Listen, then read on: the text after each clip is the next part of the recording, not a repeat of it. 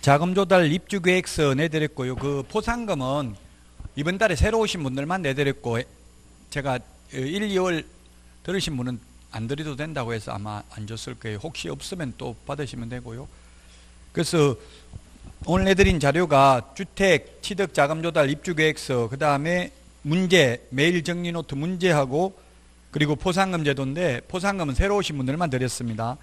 주택 취득 자금 조달 및 입주 계획서, 이건 개정됐기 때문에 좀 유의를 해야 되는데, 거기 보니까 뭐라고 돼 있어요? 맨 위에 보니까 개정이 2020년 3월 13일이라고 돼 있죠. 서식 맨 위에 보니까 2020년 3월 13일이라고 돼 있잖아요. 자금 조달 계획서 3월 13일부로 이제 그 우리 프린터, 핵심 비교 정리 프린터는 13번에 있습니다. 13번 핵심 비교 정리 프린터는 13번에 보면은 입주계획, 자금조달계획은 투기과일지구와 조정지역은 3억 원 이상, 비규제지역은 6억 이상인 경우, 주택법상 주택인 경우는 자금조달 실입주계획을 제출해야 되고요. 그 다음에 투기과일지구에서 주택법상 주택으로서 9억 초과 하는 경우에는 정빙자료를 제출해야 되죠. 정빙자료를 제출해야 되는데, 거기에 정빙자료 제출을 해야 되는데요. 정빙자료는 시행규칙에 있는데, 뭐 이제 현금으로 하려면 통장에 현금 잔고 증명서 이런 거 다 제출을 해야 됩니다. 상속받았으면 상속세 납부 증명서 이런 것까지 제출해야 된다고요. 그 지금 집값 내려가고 있다고 뉴스에 나오고 있죠. 전세값은 올라가고 집값은 내려간다. 아마 계속 내려갈 가능성이 많아요. 뭐 지금 선거가 있고 그래서 어떻게 될지 모르지만, 순수하게 부동산 학문을 전공하는 교수들은 내려간다 하고, 텔레비전에 나온 사람들은 다 올라간다고 그래요. 왜냐하면 그분들은 컨설팅 수수료 받거든요. 그 텔레비전 얼굴 나오면 그거 가지고 손님들한테 어디 투자해라 이렇게 해가 수수료 받는 분들이기 때문에, 그분들은 시장 질서를 왜곡하는 경향이 강해요. 그러니까 뭐 전매 차익을 많이 실현했다면 지금 빨리 파는 게 좋을 수도 있어요. 왜냐하면 그 지금 일시적으로 지금 세법상 6월 말까지 팔면은 중과세를 배제하잖아요. 양도소득세, 다주택자들도 서울에 물론 뭐 다 해당되는 건 아니지만 일부 지역이긴 하지만, 또 6월 1일 종부세, 재산세 이런 것도 안 낼 수 있고요. 팔려면 5월 말까지 파는 게 좋겠죠. 아니면 끝까지 버티든지, 이제 6월 말 지나서 7월 달부터는 이제 굉장히 힘들 수도 있어요. 못 팔 수도 있다고. 이게 흐름이라는 게 있더라고요. 저도 자꾸 올라가면 팔기 쉬운데 내려가기 시작하면 팔고 싶어도 못 팔아요. 제가 8년 동안 못 판 적이 있어요. 내놔가지고, 매물 내놔가지고 8년 만에 팔렸어요. 집 하나 파는데. 그래가지고 그 뒤로부터는 무서워서 집을 사는 게 힘들더라고요. 너무 트라우마가 있어가지고. 한 팔라고 내놨는데 8년 동안 못 파니까 그게 엄청나게 스트레스더라고. 계속 가격 내린다고 팔리는 게 아니더라고. 무조건 깎아준다고 팔리는 게. 딱 팔고 나니까 올라가더라고. 이제 그때부터. 이게 계속, 이게 집값이라는 게 어떻게 되냐면, 이게 올라갔다 내려갔다 올라갔다 내려갔다 하면서 장기적으로 보면 물론 올라갑니다. 근데 이게 내려가는, 이게 얼마나 될지 그건 알 수가 없는 거예요. 그래서 장기적으로 뭐 계속 가지고 있으면 괜찮은데, 투기 목적으로 하는 거는 굉장히 위험하다는 이야기예요. 그게 투기를 했는데 이게 딱 걸려버리면 계속 내려가고 있으면 이게 언제 끝날지, 끝나고 나니까 이제 제가 딱 팔고 나니까 그때부터 이제 또 올라가더라고. 이게 근데 바닥인지 아닌지는 알 수가 없고, 지나봐야 알 수 있죠. 지금은 꼭대기인지 바닥인지 알 수 없어요. 그 투자격언에 그런 거는 있어요. 무릎에서 샀다가 어깨에서 팔아라, 이런 격언은 있어요. 너무 꼭대기에서 팔라고 하다 내려가기 시작하면 그때부터 걷잡을 수 없고 팔지도 못한다는 이야기예요. 그 여러분들은 중개만 하면 집값이 올라가든 내려가든 신경 쓸 필요가 없어요. 그 저도 중개하다가 보니까 이게 자꾸 사면 돈이 되는 게 보이잖아요. 옆에 자꾸 올라가니까. 그래서 몰빵했다가 모든 걸 다 투자했다가 한 방에 망하게 되더라고요. 그러니까 여러분들도 중개만 해가지고 한 달에 500만 원 정도 순이익만 벌려고 하면 그냥 마음 편하게 중개만 하면 돼요. 올라가든 내려가든 신경 쓸 필요가 없어요. 집값을 투기해 놓으면 불안하잖아요. 자꾸 집값 떨어지면 계속 올라가기만 바라고. 근데 영원히 올라갈 수는 없어요. 언젠가는 터질 수밖에 없어요. 풍선이 계속 부풀어 오르면 터지잖아요. 자, 316페이지 포상금입니다. 14번 포상금인데, 앞에서 했는데 다시 한번 지난주에 했죠. 보상금. 보상금을 다시 한번 정리를 하면은 시험에 한 문제는 출제될 겁니다. 프린트, 보상금 프린트 드린 걸 참고로 보시면 되겠습니다. 공인중개사법에 보상금이 있고요. 그 다음에 부동산 거래 신고 등에 관한 법률이 있습니다. 부동산 거래 신고 등에 관한 법률이 있는데, 공인중개사법에서는 보상금이 3개입니다. 첫 번째 무등록, 그 다음에 두 번째 부정한 방법으로 등록, 세 번째 양도 대여. 요 3개가 보상금 지급 대상입니다.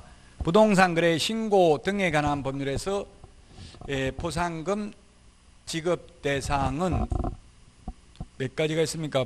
부동산 거래 신고 등에 관한 법률상 보상금 지급 대상은 5가지가 있습니다. 5가지.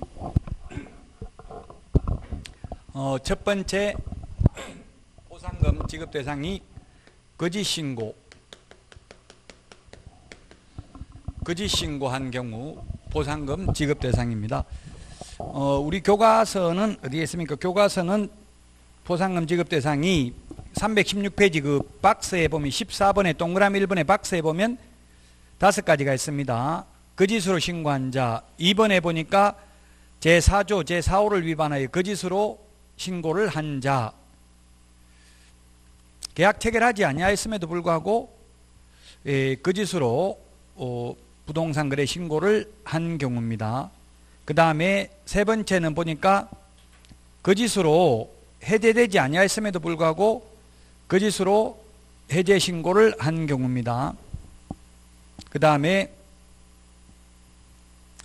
4번에 보니까 허가 또는 변경 허가를 받지 아니하고 계약을 체결한 자. 그 다음에 허가받은 목적으로 이용하고 있지 아니한 경우입니다. 거짓 신고가 있고요. 그 다음에 두 번째도 거짓 신고인데, 두 번째는 미거래, 거래되지도 않았는데 거래한 것처럼 거짓 신고입니다. 거래하지 않았는데 거래한 것처럼 거짓으로 신고한 경우. 그 다음에 미해제, 해제되지도 아니하였음에도 불구하고 해제 신고를 한 경우입니다. 미해제, 해제되지 않았는데 해제 신고, 거짓으로 해제 신고를 한 경우. 그 다음에 네 번째, 허가 받지 아니하거나 거짓 부정한 망고로 허가받은 경우. 다섯 번째, 허가받은 목적으로 미이용입니다. 허가받은 목적으로 미이용이 되겠습니다. 자, 무등록이 적발당한 무등록 중개업자는 3년에 3천만 원, 부정한 방법으로 등록한 자도 3년에 3천만 원, 양도 대여한 자는 1년 이하의 징역이나 1천만 원 이하의 벌금, 거짓 신고한 자는 취득 가격의 100분의 5 범위 내에서 과태료를 부과하고요. 그 다음에 거래되지 아니하였음에도 불구하고 거래 신고를 한 경우, 해제되지 아니하였음에도 불구하고 해제 신고를 한 경우에는 과태료가 3천만 원이고요. 그 다음에 허가받은 목적으로 사용하지 않는 허가받지 아니하거나 부정한 방법으로 허가받은 자는 2년 이하의 징역이나 당해 토지 취득 가격의 100분의 30에 상당하는 금액 이하의 벌금에 처합니다. 허가받은 목적으로 이용하지 않는 경우에는 이행강제금을 10% 범위 내에서 이행강제금을 부과하는데, 방치하면 10%, 임대하면 7%, 그 다음에 이용 목적을 변경한 경우에는 5%, 기타 7%라고 했습니다. 자, 그러면은 포상금은 얼마를 받을 수 있냐면은 미리 그 행정기관에 의해서 발각되기 전에 신고 또는 고발한 자에 대해서 검사가 공소제기 또는 기소, 유예 결정을 한 경우에만 보상금 받고요. 그 다음에 이게 거짓신고, 그 다음에 미신고, 해제, 이거는 과태료가 부과되어야 합니다. 과태료가 부과되어야 한다. 보상을 받으려면 과태료가 부과되어야 합니다. 그 다음에 허가 받지 아니하거나 부정한 방법으로 허가받은 경우는 공소제기 또는 기소유예 결정이 있어야 됩니다. 그 다음에 허가받은 목적으로 이용하지 않는 경우에는 이행명령이 있어야 됩니다. 이거는 이행명령. 3개월 이내 기간을 정해서 이행명령을 할 수 있다고 했습니다. 자, 그러면 포상금 액수는 얼마냐면 공인중개사법에서는 50만 원입니다. 포상금이. 근데 부동산 거래 신고 등에 관한 법률에서는 포상금이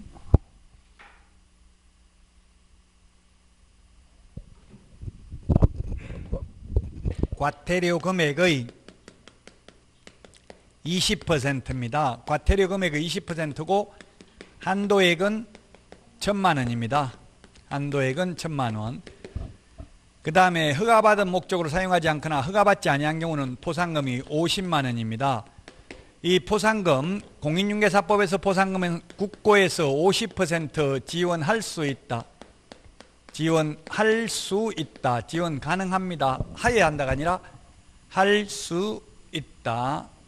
근데 부동산 거래 신고 등에 관한 법률에서는 전부 시군구 재원으로 충당을 합니다. 시군구 돈으로 지급합니다.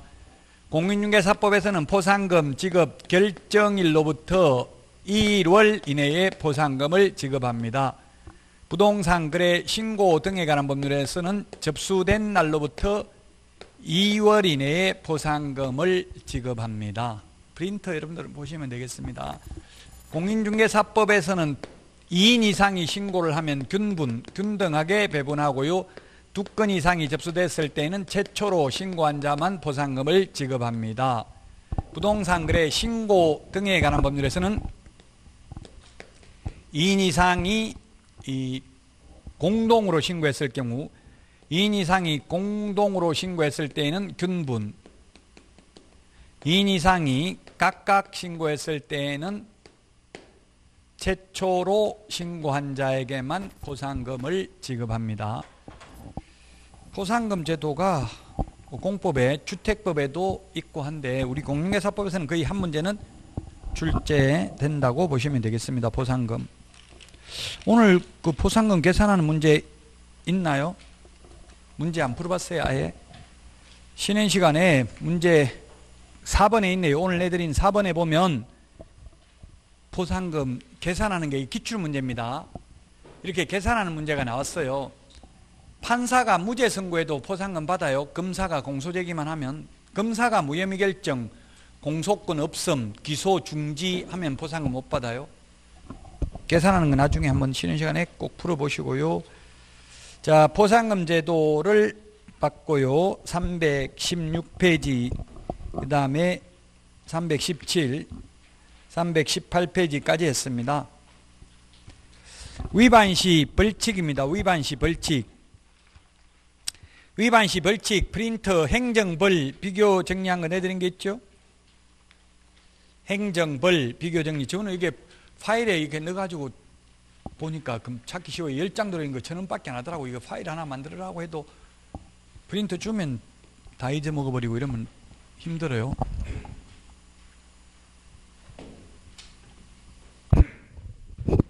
(3월 30일) 날 3월 30일 날 내드렸어요. 행정벌 정리 프린터. 자, 거기에 보니까 부동산 거래 신고 등에 관한 법률 2년 이하의 징역이나 2천만 원 이하의 벌금은 뭐가 있어요? 외국인 특례의에서 군문자야에서 허가받지 않거나 부정한 망보로 허가받은 경우 2년 이하의 징역이나 2천만 원 이하의 벌금입니다. 근데 2년 이하의 징역이나 당해 토지 취득 가격의 100분의 30에 상당하는 금액 이하의 벌금에 처하는 것은 이건 외국인 특례가 아니라 장관 또는 시도지사가 지정한 허가구역 안에서 허가받지 아니하거나 부정한 망보로 허가받은 경우는 2년 이하의 징역이나 100분의 30에 상당하는 금액 이하의 벌금에 처한다고요. 그 다음에 1년 이하의 징역이나 1,000만 원 이하의 벌금, 요거는 시험에 잘 안 나옵니다. 토지거래 허가 취소, 처분 또는 조치명령을 위반한 자 1년 이하의 징역이나 1,000만 원 이하의 벌금입니다. 자, 그 다음에 3천만 원 이하의 과태료 중요합니다. 밑줄 쳐놨죠. 올해 신설됐습니다.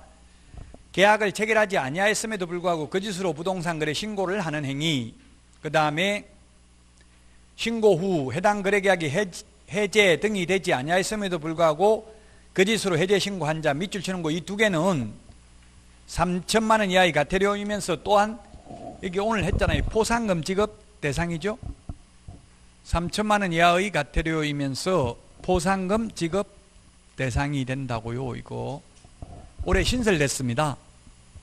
소위 자전거래를 방지하기 위한 것입니다. 자전거래. 주식에서 자전거래라는 것은 매도주문, 매수주문을 동시에 내는 거예요. 그러면 실제로는 거래가 없는데도 서류상은 거래가 엄청나게 된 것으로 되잖아요. 100만 주 팔고 100만 주 사는 거예요. 똑같은 가격에. 그럼 실제로는 하나도 거래 안 됐지만 일반 투자자들이 볼 때는 200만 주 거래됐다 이렇게 생각하고 이거 빨리 사놔야 되겠다 이런 생각을 할 수도 있겠죠. 그래서 뭐냐 하면 이게 거래되지도 않았는데 거래된 것처럼 부동산 거래 신고를 해버리면 그게 거래 가격으로 사례 가격으로 남아버리잖아요. 그럼 시세를 왜곡하니까 이렇게 거래되지 아니하였음에도 불구하고 거래 신고를 하면 신고 위반으로 징역 벌금은 없어요. 대한민국 모든 법에 신고 위반으로 징역 벌금은 있을 수가 없어요. 신고라는 것은 반드시 수리해야 되기 때문에 신고를 하면 게으른 사람에게는 과태료나 행정처분밖에 없습니다. 그 다음에 동그라미 3번 거래대금 지급 증명자료 제출하지 않는 경우도 3천만 원 이하의 과태료입니다. 예를 들면 통장 입금표 보자, 잔금 입금한 거 입금표 보자 하는데 안 보여주면 3천만 원 이하의 과태료라고요. 다운계약서 적었는지 역계약서 적었는지 그 의심스러운 경우 통장 입금한 거 보자 이렇게. 그래서 만약에 여러분들이 다운계약서를 적으면 안 되겠지만 만약에 5억에 거래 해놓고 3억이라고 부동산 거래 신고했다면 계약서에는 얼마를 적어야 되겠어요? 신고된 금액 적고 입금도 3억만 입금해야 되겠죠?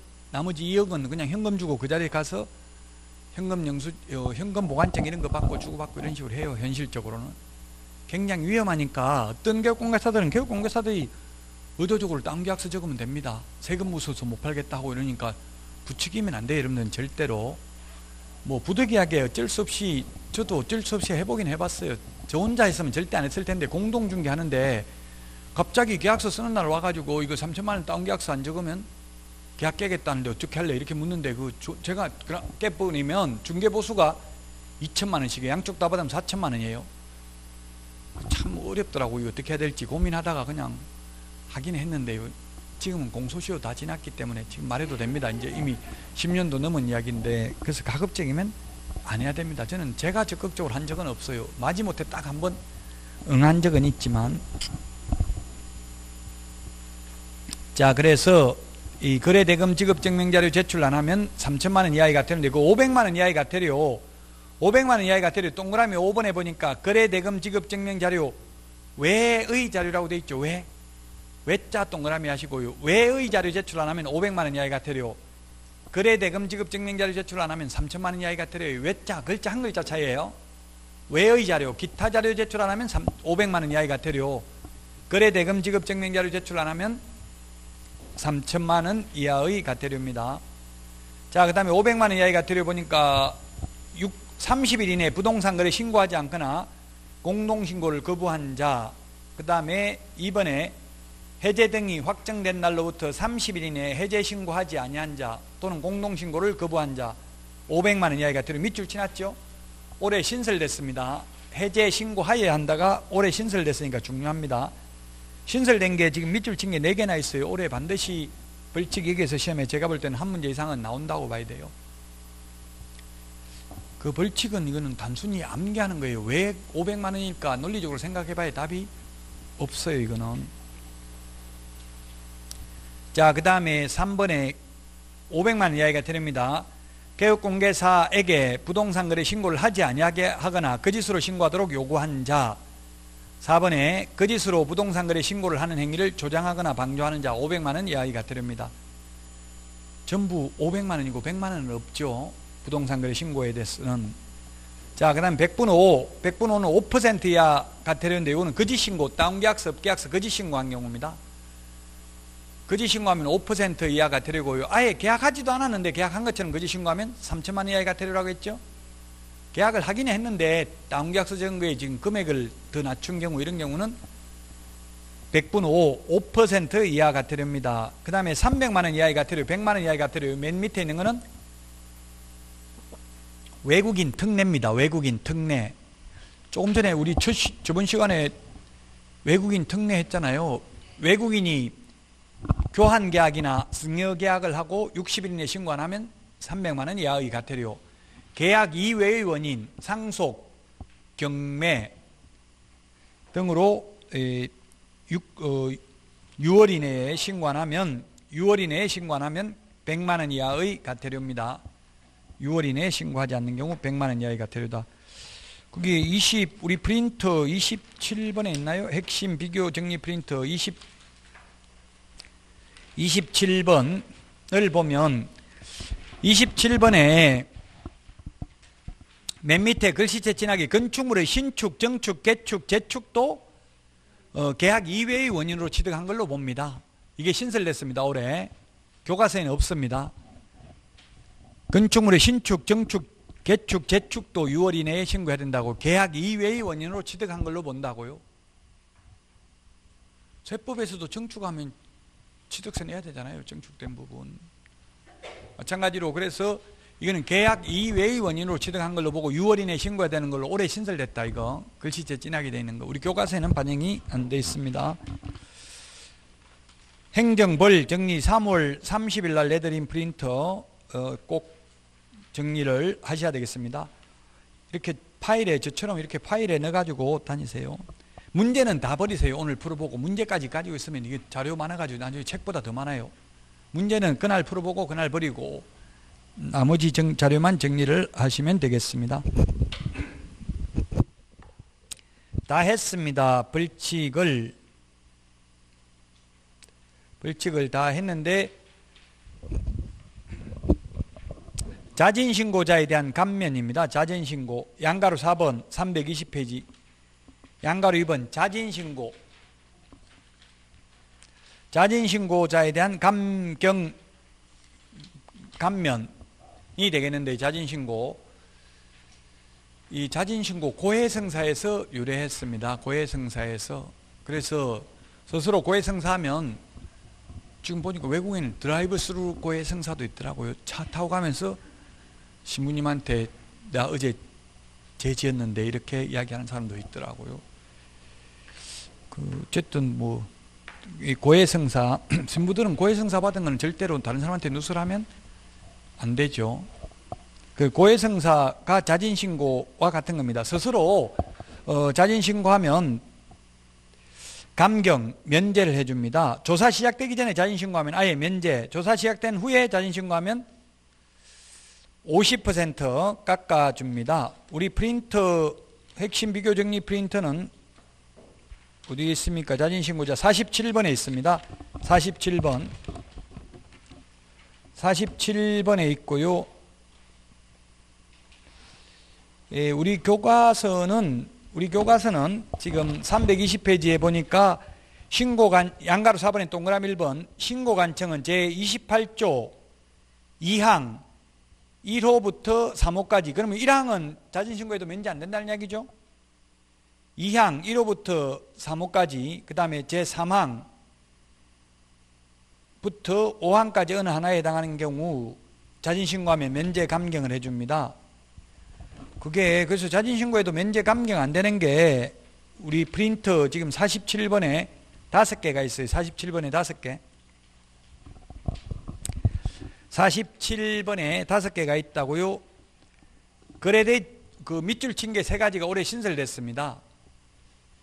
거래되지 아니하였음에도 불구하고 거짓으로 부동산 거래 신고하면 3천만 원 이하의 과태료라고 했죠. 47번 프린트 보고 있어요. 지금 우리 교과서 보면 이게 법 조문을 찾기가 좀 힘들잖아요. 그래서 제가 찾아놓은 게 이게 프린트에 있는데, 두 번째 해제되지 아니하였음에도 불구하고 해제 신고한 경우 역시 3천만 원 이하의 과태료죠. 그 다음에 거래대금 지급 증명자를 제출하는 경우도 3천만 원 이하의 과태료죠.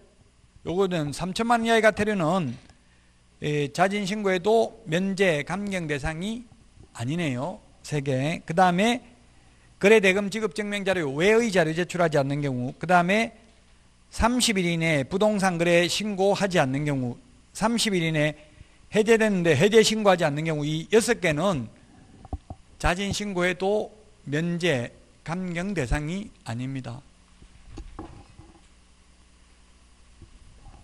그러면 대표적으로 감경 면제 대상이 뭐냐면 거짓신고, 다운계약서, 업계약서 적은 거예요.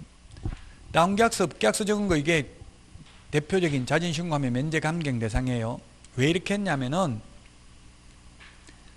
자진신고를 하면 무조건 면제해 주는 게 아니라 둘 중에 먼저 한 사람 한 명만 면제해 줘요. 한 명만. 어차피 예를 들어서 내가 뇌물 줬다고 폭로하고 싶어도 폭로하면 뇌물 준 사람도 처벌받죠. 받은 사람도 처벌받지만, 그래서 폭로를 못해요. 근데 자진신고는 먼저 자진신고한 사람, 폭로한 사람은 면제되고 나머지 한 명만 과태료를 받는다고요. 그럼 정부 입장에서 보면 어차피 두 사람 다 처벌하면 둘 다 하고 싶어도 못하는데, 그럼 발견 못해가지고 어차피 과태료 못 받을 거 한 사람한테라도 받으면 오히려 더 낫고요. 또 이렇게 상호 불신을 조장해가지고 제가 먼저 신고하는 거 아니야, 자진신고. 차라리 내가 먼저 해가지고 면제받을까, 이런 불안 심리를 조성해서 탈법 행위를 방지하고자 하는데 그 취지가 있습니다. 그래서 6가지는 자진신고해도 면제 감경되지 않는다. 이게 중요합니다. 작년에 3개인데 올해 3개가 신설됐어요. 그 밑줄 친 게 3개가 올해 신설된 거예요. 밑줄 친 부분 특히 중요하죠. 밑줄 친 게. 다시 한번 그 밑줄 친 거, 거래되지 아니하였음에도 거짓으로 부동산 거래 신고한 경우, 해제되지 아니하였음에도 해제 신고한 경우, 그 다음에 거래대금 지급증명자료 미제출, 거래대금 지급증명자료 외의 자료 미제출, 30일 이내에 부동산 거래 신고하지 않는 경우, 30일 이내에 해제됐는데 해제 신고하지 않는 경우, 이 6개는 자진신고해도 면제 감경 안 해준다. 그럼 자진신고하면 면제 감경 해주는 게 대표적인 게 거짓신고한 경우, 외국인 부동산 취득 특례, 외국인은 다 자진신고하면 면제 감경인데요. 60일 이내에 신고해야 되죠. 그 다음에 그 계약 이해의 원인 6개월 이내에 신고해야 되잖아요. 이런 거는 자진신고하면 면제 감경 대상이 됩니다. 자, 그러면 자진신고해도 감경 면제되지 않는 거 6가지를 말씀드렸고요.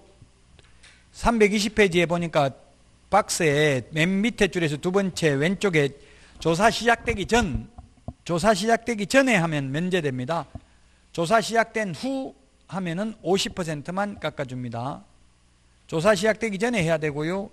그 다음에 가번에 보니까 자진신고한 위반 행위가 법 제28조 2항, 제2호, 3호 또는 같은 법 제3항부터 5항까지 어느 하나에 해당해야 된다. 그럼 결국 조금 전에 말한 6가지에 해당되지 않아야 자진신고에도 면제해준다 이 말입니다. 그 다음에 나번에 보니까 신고관청에 단독으로 신고한 최초의자일 것. 아까도 말했잖아요. 거짓신고 둘이 같이 합의가 됐으니까 거짓신고했을 거 아니에요. 그래도 먼저 자진신고한 사람 한 명만 면제해준다고 최초의자일 것. 그 나머지 상대방은 과태료 부과되겠죠. 그래서 상호 불신을 조장한 겁니다. 자, 321페이지에 보니까 그래서 조사 시작되기 전에 하면은 면제해준다. 다음번에 보니까 위반 사실 입증에 필요한 자료 등을 제공하는 등 조사가 끝날 때까지 성실하게 협조하였을 것. 항상 증거 자료는 있어야 되죠. 요즘 JTBC의 부부 관계인가 부부 하는 거 봐요, 그거? 부부의 세계. 부부의 세계. 누구지 그 여자 주인공 김희애가 54살이라고요? 54살인데 배드신으로 나오더라고요. 어쨌든 저는 보기 싫은데 와이프가 봐가지고 할 수 없이 억지로 강제 시청을 하긴 했는데, 그 욕하면서 우리나라 사람들은 그 욕하면서 보는 것 같더라고. 그게 부부의 세계. 어쨌든 뭐 서로 바람 피우고 이런 건 것 같더라고.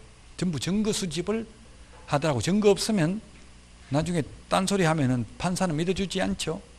그래서 증거 수집을 잘 해야 돼요. 그 잘 가르치더라고. 변호사가 오히려 이혼하려면 싸우지 말고 그냥 다 증거 수집을 완벽히 끝날 때까지는 일부러 남편 안 좋으면서도 좋은 척하고 사랑해 하고 이렇게 하더라고. 그런 거 보니까 무섭더라고. 여자는 저럴 수 있구나 이런 생각.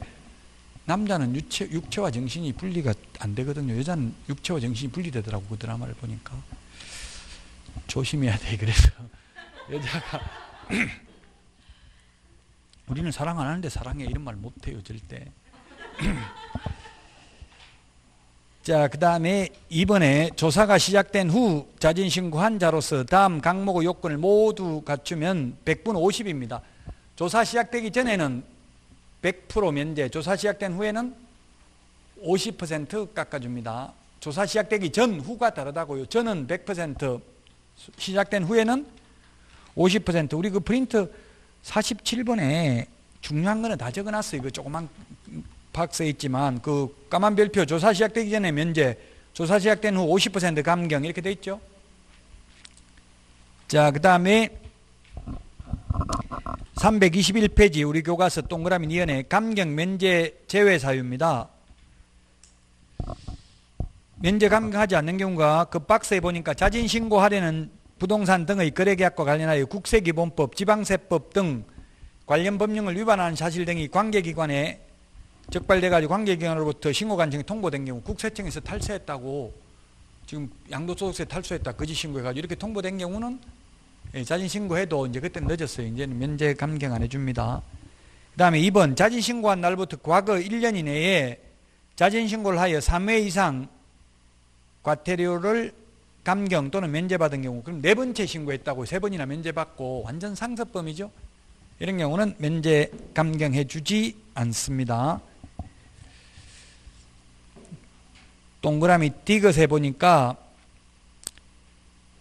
자진신고하려는 자는 국토교통부 행위 정하는 신고서 및 위반행위 입증할 수 있는 서류를 신고관청에 제출해야 된다.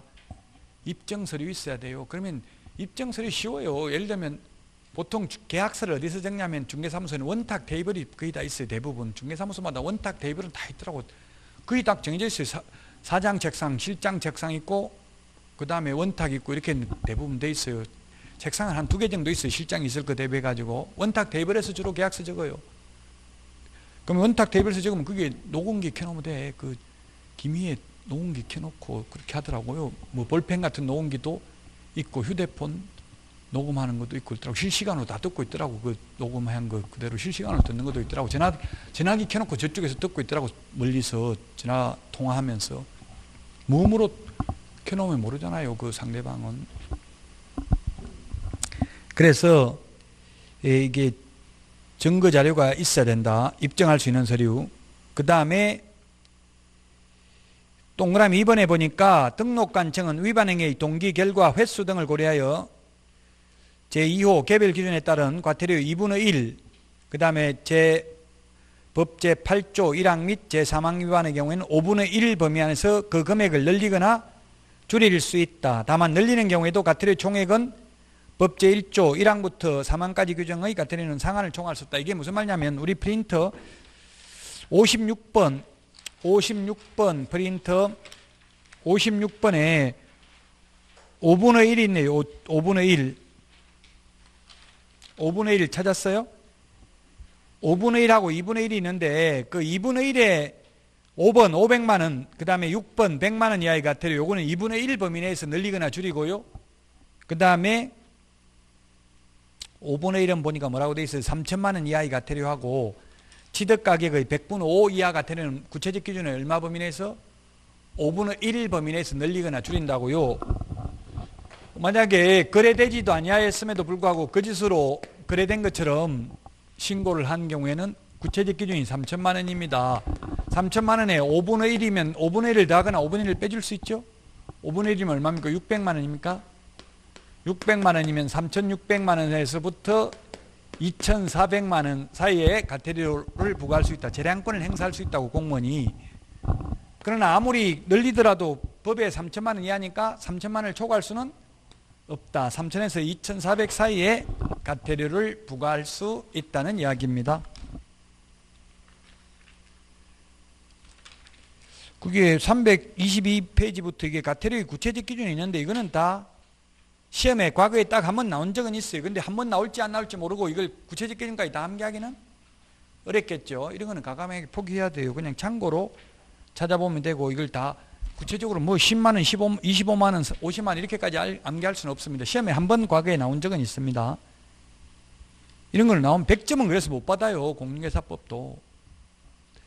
90점 목표로 해가지고 80점은 받아야 돼. 공인중개사법은 80점은 받아야 2차를 안정적으로 합격할 수 있다고요.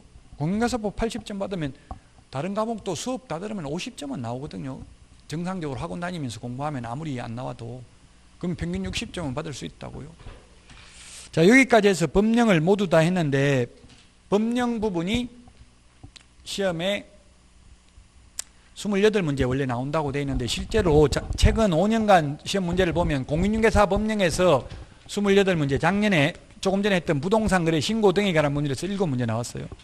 그럼 35문제. 원래는 그 산업인력공단에는 보면 법령이 70% 내외, 실무가 30% 내외라고 돼 있어요. 내외니까 딱 정확하게 안 맞춰도 되죠. 또 실무인지 법령인지 구분하기 좀 애매해요. 확인 설명 이거는 실무로 봐야 될지 법령으로 봐야 될지. 요즘은 실무도 거의 다 법적 근거가 있는 거 위주로 내요. 논란의 여지가 있는 건 시험에 거의 안 낸다고요. 어쨌든 지금까지 한 거 가지고 35문제는 맞출 수 있다는 이야기입니다. 결론은 이제 실무 부분인데, 실무 지금 5주, 이달이 5주죠. 5주잖아요. 지난주 9주라서 원래 8주 공인중개사법 8주 수업을 하거든요. 그래서 맨 마지막 주에 실지 아니면 부득이한 사정이 있으면 제가 그 중간에도 하루 휴강할 수도 있어요. 어쨌든 한 주는 안 한다고, 강의를 9주라서 그게 언제 될지는 지금 정확하게 최소한 일주일 전에는 말씀드릴게요. 지금 갑자기 지금 오늘 말씀드릴 수는 없고 아무 말 없으면 그냥 맨 마지막 주에 쉰다고 보시면 돼요. 진도 끝나면. 자, 여기까지 법령은 다 끝났습니다. 이제 쉬었다가 330페이지 실무부터 하도록 하겠습니다.